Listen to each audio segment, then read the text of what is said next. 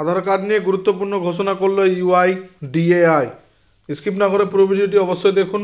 চ্যানেলে নতুন হলে অবশ্যই চ্যানেলটিকে সাবস্ক্রাইব করে পাশে থাকা বেল আইকনের নোটিফিকেশনটি অন করে দিবেন এই ধরনের ভিডিও নোটিফিকেশন সবার আগে পাওয়ার জন্য। তো চলুন বন্ধুরা, পুরো ভিডিওটি দেখে নেওয়া যাক। এবার আধার কার্ড নিয়মে বড়সড় পরিবর্তন করলো ইউআইডিএআই।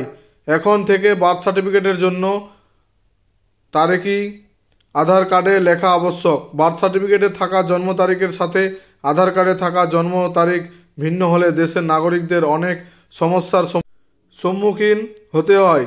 তাই দেশের নাগরিকদের সুবিধার্থেই ইউআইডিএআই এর তরফে এই বিশেষ সিদ্ধান্তটি নেওয়া হয়েছে।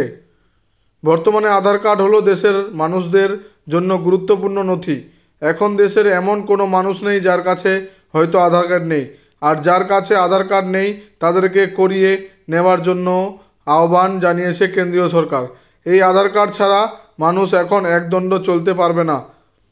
যাদের আধার কার্ড নেই তারা সরকারি সুযোগ সুবিধা পেতে পাবেন না। কিন্তু আধার কার্ডে নাম, জন্ম তারিখ, মাস ও বছর বদলের সুবিধা থাকায় মানুষ বারবার জালিয়াতি করে সংশোধন করাচ্ছেন। এর আগে ইউআইডিএআই নামের জন্য দুবার এবং জন্ম তারিখের জন্য একবার আধার কার্ড সংশোধনের বিকল্প দিয়েছিল।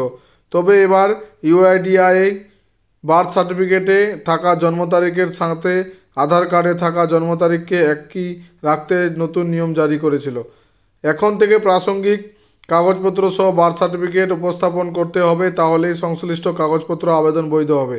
চলতি মাস থেকে এই নতুন ব্যবস্থা কার্যকর হয়েছে। এটি ভারতীয় ইউনিক আইডেন্টিটি কার্ড বা ইউআইডিএআই দ্বারা শুরু করা হয়েছে।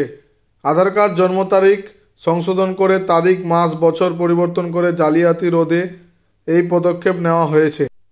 আধার কার্ড আর জন্ম তারিখের প্রমাণ হবে না। জন্ম তারিখের প্রমাণ দিতে হলে জন্ম শংসাপত্র দেওয়া বাধ্যতামূলক হবে। আধার কার্ড তৈরি করা সংস্থাটি 1 ডিসেম্বর থেকে এই পরিবর্তন এনেছে। আধার কার্ডেও তথ্য চিহ্নিত করা হচ্ছে। গ্রাহকেরা যদি নতুন আধার কার্ড ডাউনলোড করেন তবে এটি লেখা থাকবে, অর্থাৎ এখন আধার কার্ডে লেখা জন্ম তারিখটি বৈধ হবে না। সেই সঙ্গে জন্ম নিবন্ধন পত্রও জমা দিতে হবে। আধার কার্ড লেখা জন্ম তারিখ চিনতে না পারায় বড় প্রশ্ন উঠেছে। এখন পেনশন সহ অনেক প্রকল্প এবং এমন কাজ যেখানে মানুষের কোনো জন্ম শংসাপত্র নেই, তাদের কি হবে? কারণ প্রচুর সংখ্যক মানুষ রয়েছেন যাদের বয়সের কোনো সার্টিফিকেট নেই। তাই এই ধরনের মানুষদের জন্য ইউআইডিএআই এর তরফে শীঘ্রই কোনো ব্যবস্থা গ্রহণ করা হবে বলে মনে করা হচ্ছে।